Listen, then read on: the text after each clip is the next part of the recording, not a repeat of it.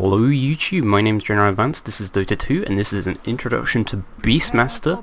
This is in fact the perfect game I promised you guys in the last video on Treant Protector.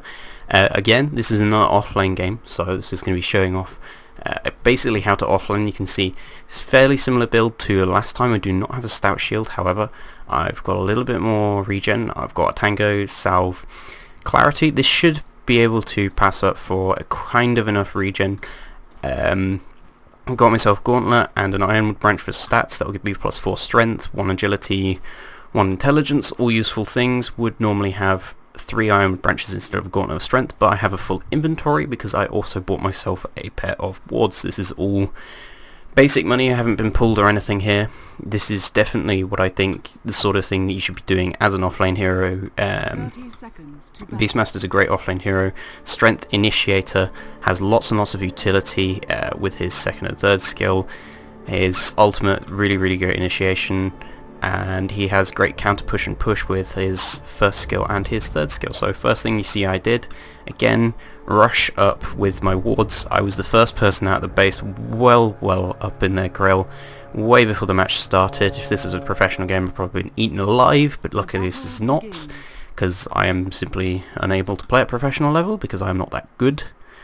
But I've gone up and warded the enemy pool camp. I also have a second ward on me. Later on I'll go and put a ward up here when the Tinker asks for it. Now I did have a little bit of lag actually in the game, and I did miss my block pretty badly.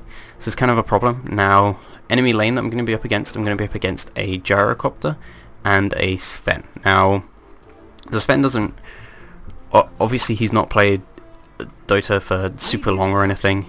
He wasn't a terrible player or anything. He gets kind of mad this game. Kind of to be expected, so don't take this into account for him as a player or anything, I guess. Don't flame him if you see him. It's highly unlikely anyway, but either way, basically he was arguing with this Gyrocopter as to who would be the support and who would be the carry. I would say the Gyrocopter should be the carry and the Sven should be the support. I know more recently Sven has definitely been better support. One of the last few videos I put up was of a Sven carry. Sven carry is definitely very good, however Gyro carry is probably better and Sven support is more legitimate than a Gyro carry. Now, the first thing you'll see I did in that wave, I didn't even go up for any single last hits or anything there. It's the offlane. You should be prepared to live dangerously. What I did do was I hid up in this area in range of my Inner Beast aura. Now, for those of you who don't know, I'll go over my skills in a second, but essentially I was trying to destabilize the lane. Inner Beast is a 1000 range AoE aura. It gives bonus attack speed scaling from 18 to 40. So each of these creeps, you can see they're attacking a lot faster than the enemy ones. If you look at both the Dire and the Radiant range creep, I'm on the Radiant side this game. I was on the Dire side last time. But so what I've managed to do here is destabilize the lane. You can see how I'm not going out with full health creep lanes versus full health creep lanes meeting here. This is a good thing for me. It gives me opportunity to see the creep lane move around. Now, I have left the lane for a small moment here because the what's his name, Tinker, said he needed wards. Ideally, the Warlock down below, he's supporting a Chaos Knight on the bottom lane. Ideally, he would have gotten wards as well, and he could have done that. And I could save my second ward to maybe block the pull camp for longer, but it's unnecessary because the Sven is refusing. Basically, these guys are arguing at this point, and this is a problem. In a situation like this, one you should just give up and go and pull. They can't go and pull because I've warded their pull camp, so what one of them should do, the Sven in my opinion, should have done, he should have saved some money at the start, because he didn't need this much money. He could tell that I was going up. It was going to be a solo long lane Beastmaster. It's pretty much, Beastmaster only plays in the solo long lane or a solo mid role really. You could do solo safe lane if you have an aggressive tri lane or something maybe, but generally he almost exclusively goes in these sorts of roles just because he doesn't work in dual or tri lanes at all in any way. Now in this situation the Sven is actually going to go up and trade hits with me a little bit. They were kind of trying to go for a kill there, but they simply don't have the damage to, and I'm going to turn around when the Sven goes in range of the tower. That was a mistake by him. Gives me the opportunity to nuke him. It does mean that I have to use up one of my tangos and my clarity, but I'm playing this very safe at this point, and I'm taking very little harass. Gyro is actually kind of a bad hero to harass with. until you get levels up. And flat cannon, you can see now that he has flat cannon, he can do it. But until you have flat cannon, you can't actually harass at all because he has a low attack range of 375. And the same goes for Sven. He's, you know, he's a melee hero. 128, yeah, 128 is melee range basically. So by destabilizing the lane, by putting my inner beast on, what it has done is it's occasionally pushing. It's naturally pushing for me, which is bad because I don't want my lane to push. I want the lane to push towards me. If I push the lane very early though, like I did. What it happens is some of my creeps end up getting hit by tower, and they have harder times of last hitting and stuff. It just generally means that the creep wave aren't equally hitting each other each time, which means they can't hold the creep wave in the ideal position. And there I'm just putting some Axis harass on them, which is really useful. Looks like our team got first blood, but we also lost our Chaos Knight for it, so not ideal, but I guess, you know, it's kind of worth it. Now it's not worth it at all. First blood for 2 kills on the easy lane is not good. The Jericho did. Undying actually played a really good game this game. Sadly, he's kind of, I don't know, he's getting a shit item build, and the Sven's just given up at this point, and he goes to go and pull, and I think he realizes at this point that the camp is warded. However, my ward's going to run out in about 30 seconds time, but during this whole time I've now managed to get level 5 in 5 minutes. This is almost the same XP as their solo mid Invoker has got, and just a slight amount below the XP that the Tinker has got. Obviously, I've got terrible last hits. I've only got 10 last hits, which is not very good. Between them, they've got like 24, 25 last hits, so that's a lot more last hits than me. But again, they are fighting for levels and fighting for last hits between them.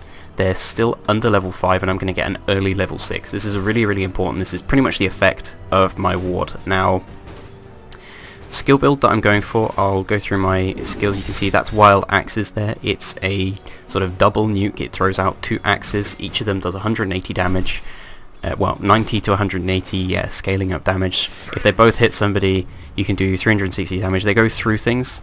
That doesn't mean they do double damage to them. It just means they only hit them once. Each axe can hit an enemy once. So you can see now that I have my extra levels and stuff, I'm actually really strong, and Beastmaster is a really tanky hero. You start off with about 4, 5, maybe even 6 base armor, and see, this is this guy getting mad. He could have bought friggin' sentries at like level 1 as soon as he saw that my pull camp was blocked, and he could have just pulled this entire time and it would have screwed me. Because my entire plan in this game was based off warding the enemy camp, and here I'm trying to get off a side pull by cutting down the axes. It's kind of worked for a small moment then, but the creeps are actually aggro back to the side again, so not really a problem for me, to be honest. They're going to try and go for a kill on me here, but I'm just so tanky at this point, and they've given me much too much opportunity to get levels. I have far too much regen as well, as they haven't harassed me very well, and they take a lot of damage from it. In that situation, I could have actually thrown Roar. I'll talk about Roar in a second then, but I don't think I would have got a kill on the Sven, so I just decided to nuke him. We both end up popping ourselves. I think we're both out of regen at this point. Yeah, pretty much everybody in the lane is out of regen. See, I was taunting this guy now because he's being stupid. It's very obvious to me already that he was arguing over who takes this lane.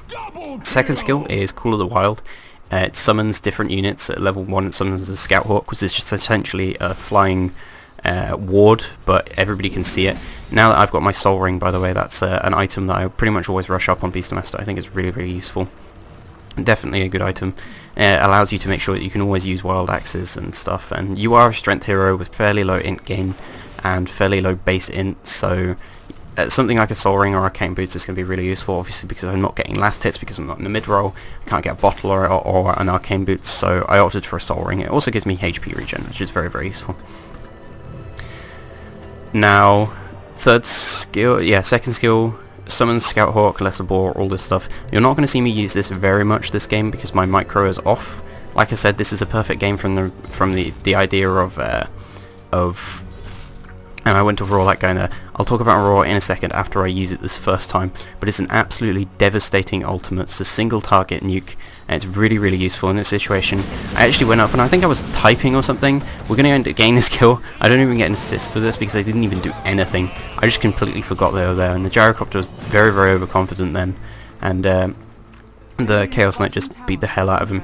He also misused his Rocket Barrage. He should have used it in a position where it was just going to hit the Chaos Knight, but he didn't. So ultimate, it's 3-second stun, single target nuke that does 200 damage, scaling up from 3-second stun to up to 300. It also has a radius of 250 around it that does a movement and attack slow to 50% and moves people back, and that slow lasts scaling up to 4 seconds. So basically it's a very, very efficient skill for choosing a target, using Prime Aurora on them, and then focusing them down, because it moves the rest of the team away from them. It actually really, really screws people over. Now this is a cute little play that I'm going to do here. I'm going to throw wild axes through the trees. Wild axes do chop down trees. Very useful thing to do. Run through, use my soul ring, and immediately roar the invoker. He's going to get focused down really, really quickly in that fight, and there's almost nothing they can do to counter initiate. The Tuskar maybe could have rolled in slightly earlier. We lose the Warlock anyway, and then the Undying, like I said, he's playing well, but he's gone for a kind of stupid build with this Dagon level 1, like, as soon as possible. He's like rushed to Dagon. It's really, really bad. He'll probably have mana problems later as well. It's like, I just think it's bad. But either way, I'm trying to stay on this lane. You can see I'm staying really, really safe at this point. I've basically achieved my role in the lane by this point. I've gotten myself an enormous amount of levels for an offlane. I managed to get level 8, which is it's as high as the Tinker and the Invoker, who are the solo mids, who are meant to be the strongest people on the map right now, and I am just as strong as them. Well, not directly as strong, because I'm not a sort of standard fighting hero. Beastmaster does not do a huge amount of damage. He is for focusing down and working on other heroes. They're trying to push down this tower now, and we're going to counter-initiate. I'm going to throw down my axes. Bit of Fatal Bonds on them means that we've got some really, really good thing. Get a double kill there by hitting the, what's his name? They've overextended. They've waited far too long here. They've waited until we've basically got reinforcements, and we just sort of clean up. Now, I'm going to be maxing out Inner Beasts. Wild Axes is my first thing to get. I get Inner Beast first, then Wild Axes, Call of the Wild later. The reason you get Wild Axes obviously is because it's your only proper spammable nuke. It's on a 13-second cooldown at all levels, and it only costs 120 mana, so you can use it with your Soul Ring. I have managed to finish my treads now.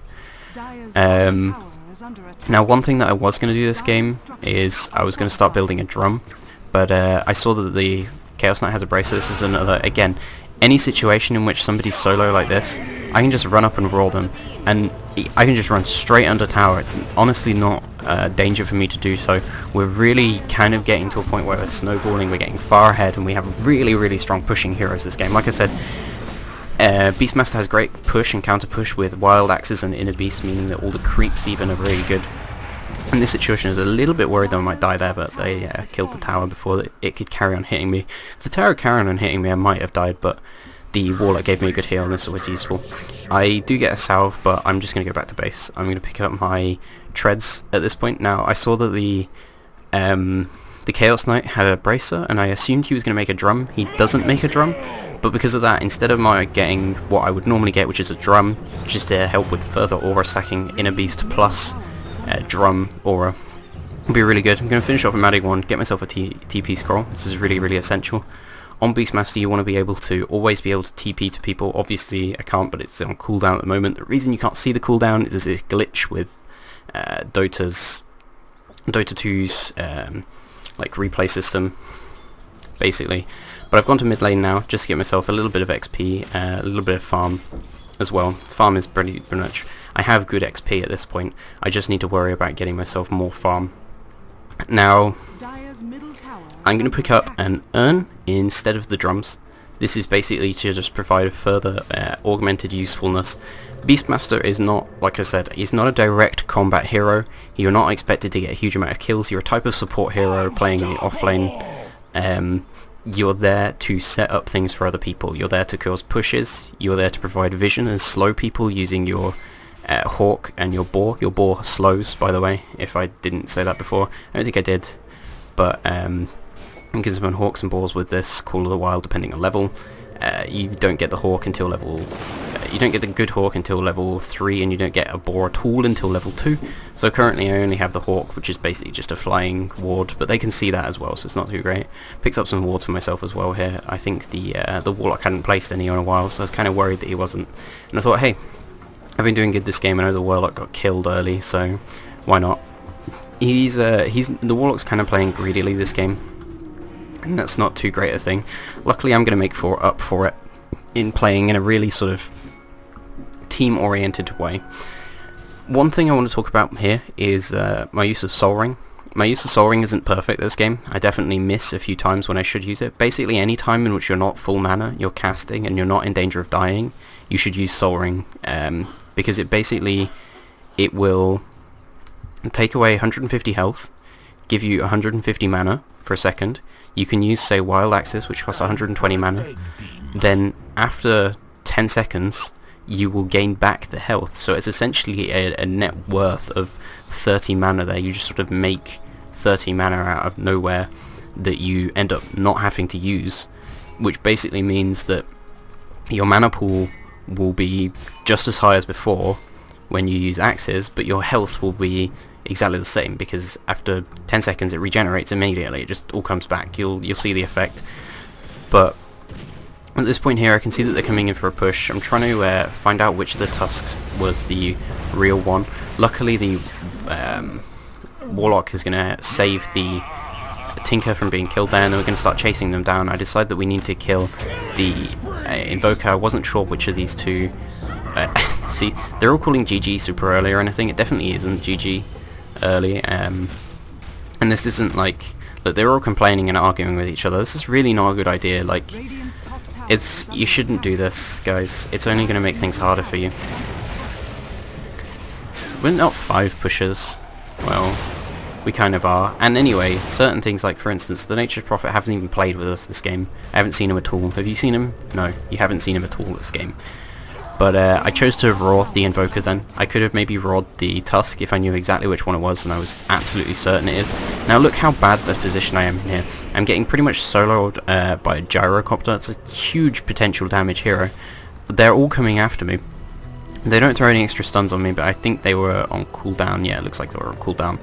But I'm just able to run through their enemy team at this point, and that's with the pickup of Treads. I'm now going for an Urn as well. And I have a very, very good HP pool for this stage in the game. Let's look at some of the other heroes. 986. That guy has... That's a Chaos Knight with less HP than me. Gyro has less HP. Invoker has less HP. Tusk does. And Dying does at the moment, but obviously he's actually stolen some strength, so he still does it anyway. And that's a hero that is called a tank by some, although for those of you who don't know, there's no tanks in Dota. There's one. There's Axe, and that's not even a tank, that's an initiator. But like, he's the closest to a traditional tank, so don't ever say I'm gonna play a tank in Dota when you're like talking to people, because anyone who knows what they're talking about will laugh at you for good reason. Now at this situation we had seen that the Sven had got an Invis rune, so we're playing really, really safe here, sitting all up on the high ground, and I'm just waiting for a good opportunity to initiate. I see them initiate in a kind of okay position, but you can see the effect of my stun there. I throw it out on the Invoker, it pushes them all away, allows us to focus the Invoker down. It actually allows us to focus the Tusk down, because he gets pushed into a really, really bad position by the Roar. And from that we're able to get ourselves 3 kills. We do lose the Tinker, which is kind of a problem. Tinker was playing a good game though today. Throw out my axes on that guy, and we've now managed to take the tower and do a full team wipe. I've also managed to pick up my Urn, which means I can heal up anyone who's a little bit damaged from this, and we can maybe even do damage to the tier 2, or even take the tier 2 sometimes. But it looks like most people didn't want to. They were kind of low on health, so they're just going to go back and farm. I'm going to stay further up in the wave, because the only people who are up at the moment are Tusk and a Gyrocopter. I think maybe they could, but fucking my early farm. The Gyro needed the farm. You could have played support Sven. Oh. See, this sort of thing is really, really stupid. I actually said to him in this game, Sven can be a support, you know, exactly. I was kind of feeling mouthy this game. Sorry for mouthing at them. But the Gyro, that's kind of the point. Gyro's a hard carry. Ugh, this guy's... And that's true as well. See, he knows how I played it, but he obviously can't see problems with his own play or anything. It's really important to be able to see problems with your own play, I think. I'm going to pick up a double damage rune here. Should maybe have left it for someone else, but I was a little bit worried that they might steal it. And the only other person we have with a bottle is a Tinker, who is just as poor with the double damage rune as me. It has pretty much no effect for either of us. It's just kind of shitty. And it looks like we're going for a kind of slow push on this bottom tier 2 tower here. This is kind of important to do. Now you can see I'm hiding in the trees here. Again, this is like my first Raw, pretty much. I can throw out axes, but see, I don't know what this goes on about now. I should just ignore when people are like this. Anytime that they run pretty much here, I can throw out axes and run in and primal Raw anyone. I see, again, using your third skill to kill creeps is not so bad. Using a first skill to kill creeps, I know professional players do sometimes do it. I'm not personally a fan. I don't think it's worthwhile because the damage is so low over an AoE. But I'm just going to Raw the Sven in this situation. I can see that he was wailing on somebody. He managed to get off his ulti. We are going to kill him with their damage over time. I actually throw out an urn just to ensure the kill from the Shadow Word plus urn. And managed to pick up myself a mega kill streak here. Now I was a little worried about dying after that team fight because I thought, oh my god, gyrocopters might be going to go on me. Luckily I can run back to the Chaos Knight. The Chaos Knight's just going to provide a big meaty shield between me and him, and I can throw off axes. I was trying to put some extra damage on him as well as maybe the Invoker. I thought the Invoker might be on lower health after that fight, but he was on fine health. I remember thinking in game, did I even hit him with those axes? Was he on low enough health for me to kill him? I was kind of convinced he was on low enough health for me to kill him.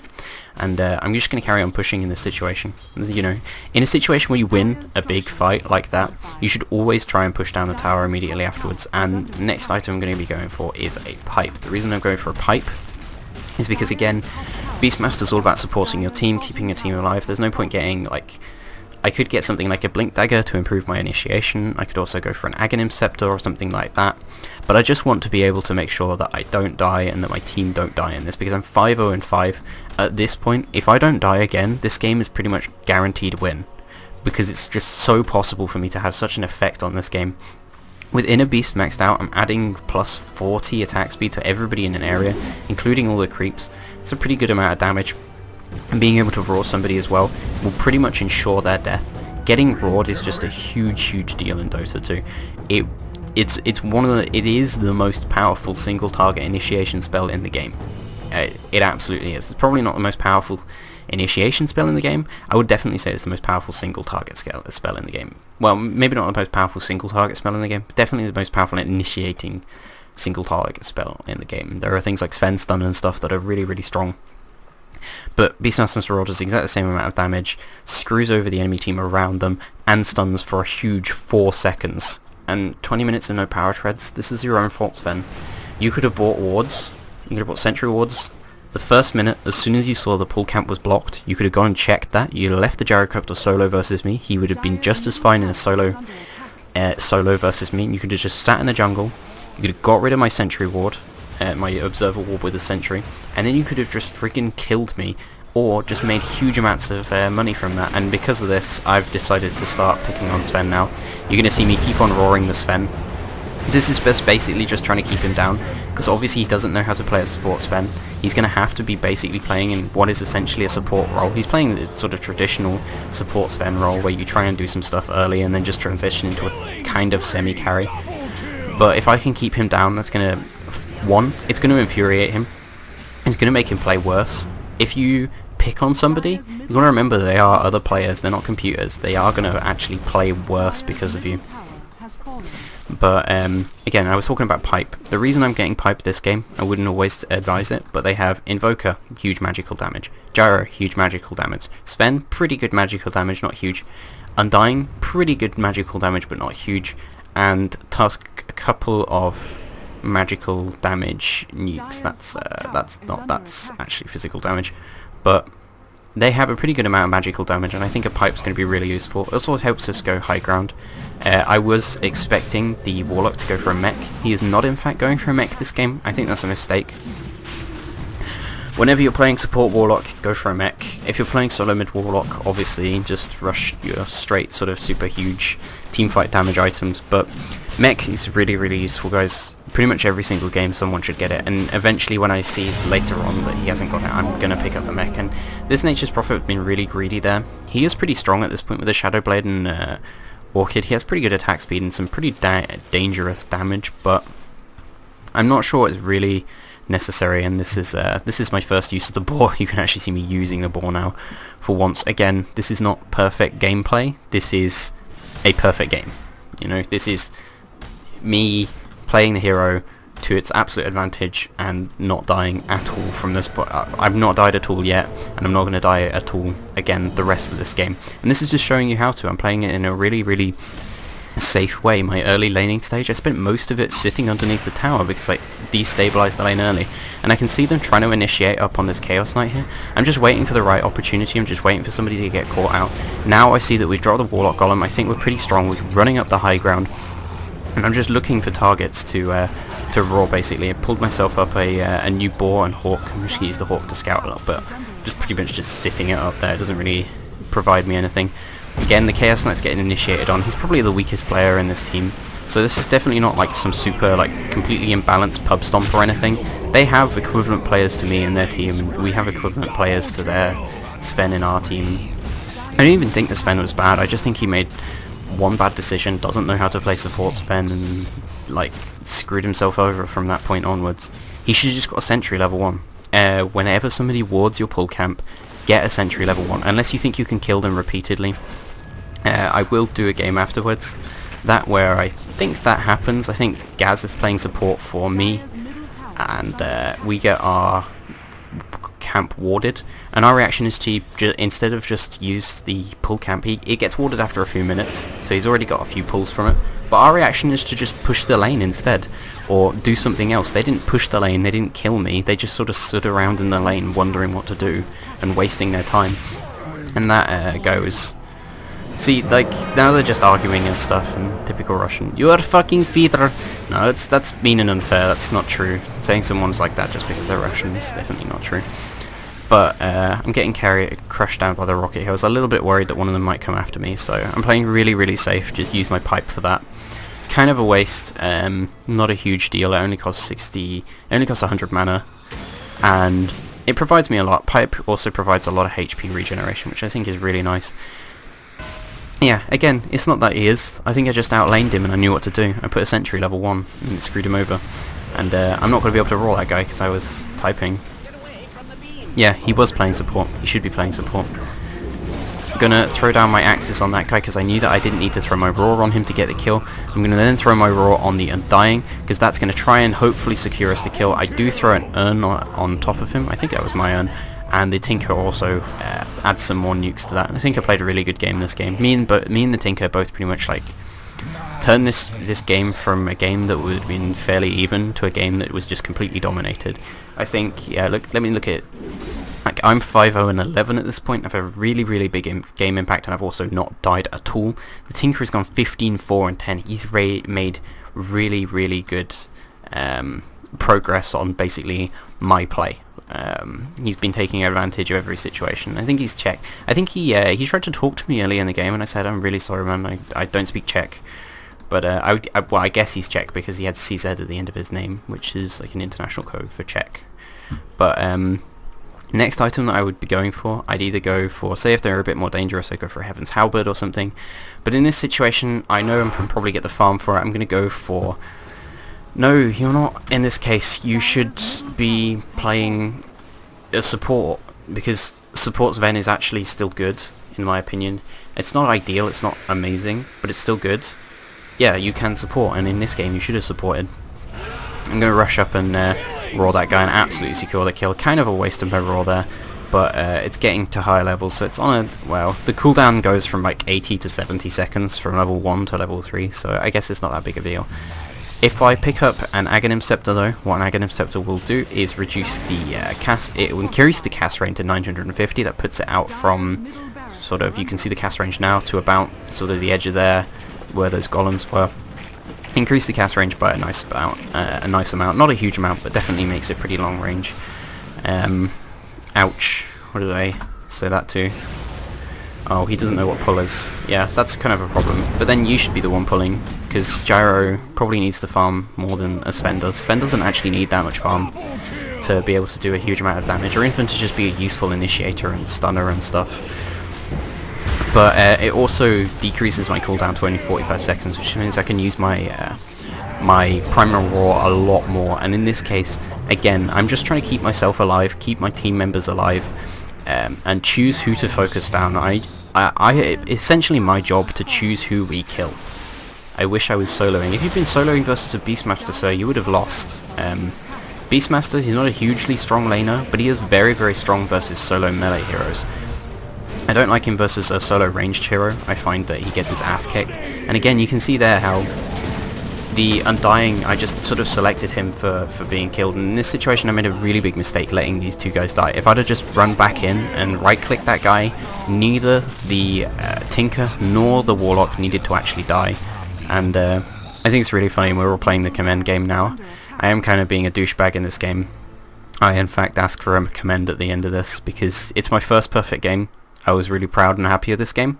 I definitely enjoyed the playing this, and you know, I've also pretty much finished my Aghanim Scepter now. I did sell my urn, which kind of technically, I guess, a mistake. It means I don't have as much utility now, but I do have my Aghanim Scepter, so I guess I have more utility because Aghanim Scepter Primal Roar is Primal Roar on friggin' steroids. It's really, really strong. Primal Roar is basically what makes Beastmaster. Axes and your other skills are useful. Primal Roar though just allows you to do so much, and this is a situation I really, really like. If you can get a haste rune on Beastmaster, it's really, really good. It's like having a blink dagger. It basically means you can initiate anytime, anywhere you want to, and you can be really aggressive because at this point in the game I'm still very, very tanky. Look at the Chaos Knight's health. He has 1600 health. I have 2k health. I'm huge. I'm practically unkillable for them unless they really focus me down, which would just not be worth it. You can see in this situation I'm just running up with haste, trying to choose a person to initiate on, and Sven, you've been complaining this game, so you're gonna die. Like I said, if somebody is getting annoyed at you and you can tell, if it's just by their play or if they're saying stuff in all chat, pick on them. It sounds mean and stuff, but honestly, and that's pretty much game 1 there in that fight, but honestly it's just, you know, that's how you Dota, I guess. Like I said, it is mean, it is bullying, but this is a competitive game. If you can't get used to playing in a competitive style, and again, this is somebody saying you're abusing pubs. First of all, we're all randoms. Nobody here knows each other. I don't think anybody here is in a party together. But we've all picked legitimate heroes. They've all picked legitimate heroes. This was all picked. They had every much chance to pick any hero they wanted. They could have picked all the most overpowered heroes in Dota. Not that there are that many at the moment, but they could be picking, you know, the standard annoying as hell Drow Ranger. Although not very many people pick Drow Ranger anymore at my skill level, especially since her recent nerf. But yeah, pick better, play better. If he'd have played a proper support, the Gyro picked first, I'm pretty sure. If he'd have played a proper support, he would have had a much better game. If he'd have bought some freaking wards level 1, he'd have had a much better game. There are 2 mistakes he made that have personally screwed his team over. And again, just throwing out a Roar here and some axes gets me some really, really nice AoE damage. Also allows us to focus down this guy, but we're not actually going to get the kill, which really upset me. I am going to pick up a mechanism here because the Warlock does not have one. This is a mistake by the Warlock in my opinion. Picking 5 laners, that's how you Dota. That's literally my reaction in my head every time I see something stupid like that. This is how you play Dota. See, it's exactly what I said in game, and it really is honestly stupid to complain. So that's an introduction to Beastmaster. He is not a low skill sort of easy pub dominating hero. He's definitely a teamwork, team fight orientated hero. He's all about pushing, and he's all about choosing who to initiate on. I apologize for the little I could do with a comment too, to be honest. That's me being a whore. But yeah, I went 5-0 and 17. It's a really, really good score. So thanks for watching. I hope you learnt sort of how to play a Beastmaster offlane. I'll maybe do a Beastmaster solo mid at some point. It's basically the same sort of thing, but you have to be a lot more active during the first sort of after the first 6 minutes of the game anyway. So thanks for watching, GG, and goodbye.